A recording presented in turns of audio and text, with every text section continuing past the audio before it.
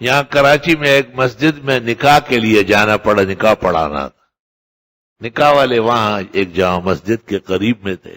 وہاں جب میں چلا گیا عصر کی نماز میں، کرسیوں کی لائنیں پڑی، وہ امام صاحب بھی کرسیوں سے بچتے ہوئے مصلی پر مشکل سے پہنچ۔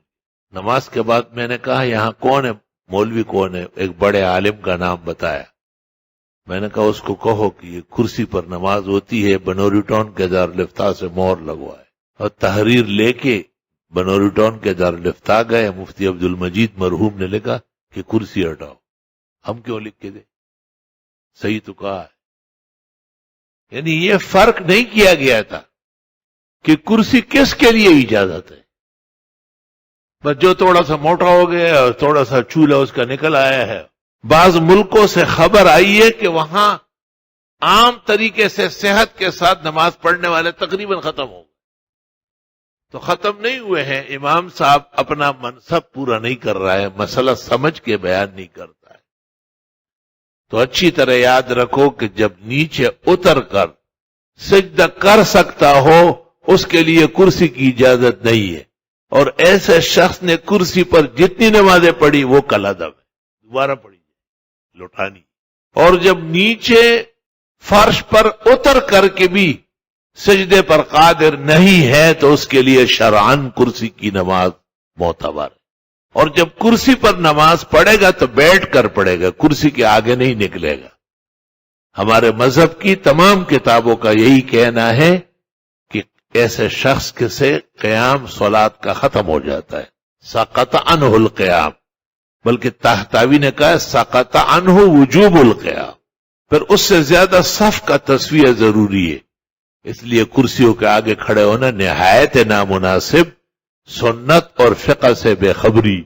اسی مناسبت سے یہ بات بھی سمجھنا چاہیے کہ کیا ایسا شخص جو کرسی پر نماز پڑھتا ہو وہ آگے کسی میز یا بینچ پر سجدہ کر سکتا ہے، یا وہ تکیہ یا کوئی لکڑی آگے رکھ سکتا ہے؟ 17 معتبر کتابوں میں یہ حدیث آئی کہ آپ نے فرمایا رکوع اور سجدہ دونوں اشارے سے ہوں گے، لیکن سجدے والا اشارہ رکوع سے زیادہ ہو۔ معتبرات حنفیہ میں ہے کہ اگر رکوع اور سجدے کا اشارہ ایک جیسے رہا تو نماز نہیں ہوئی، فرق کرنا ضروری۔ یہ حدیث ہدایہ میں ہے، اور نصب الرایہ میں جمال ذیلئی نے اس کی تخریج کی ہے۔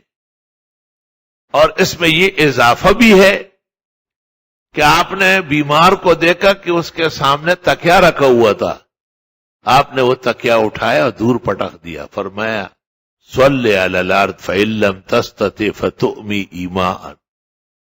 پھر اگلی مرتبہ آپ تشریف لائے تو آگے میز رکھا ہوا تھا، آپ نے اس کو بھی ہٹایا۔